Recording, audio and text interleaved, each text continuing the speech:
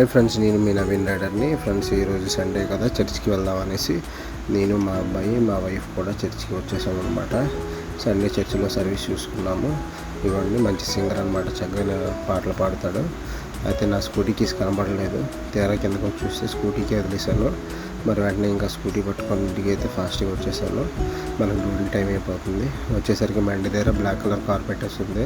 ఆ కార్ చాలా బాగుంది కదా. మరి వాటర్ బాటిల్ తీసుకొని కస్టమర్ ఇంటికి అయితే వచ్చి కార్ కీస్ తీసుకున్నాను.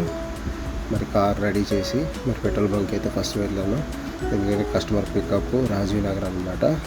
అక్కడికి వెళ్ళి కస్టమర్ ఇంటికి వెళ్ళి కస్టమర్ పికప్ చేసుకొని మరి అనకాపల్లి అయితే స్టార్ట్ అయ్యాము. వెళ్ళే దారిలో సిగ్నల్ దగ్గర ఫుల్ ట్రాఫిక్ అనమాట. మొత్తానికి అనకాపల్లి అయితే చేరుకున్నాము. అనకాపల్లి నుంచి మనం ఇక్కడ నుంచి మళ్ళీ చోడవరం బయలుదేరాలి. చోడవరం వెళ్ళే దారిలో రోడ్లు అస్సలు బాగాలేదు. ఎక్కడ చూసినా గతకలు అనమాట. ఎవరైనా దారిలో వచ్చినప్పుడు కొంచెం జాగ్రత్తగా రండి. మరి ఈ రోడ్లు ఎప్పుడు వేస్తారో కూడా తెలియదు, అర్థం కావడం లేదు. మొత్తానికి చోడవరం అయితే వచ్చేసాము.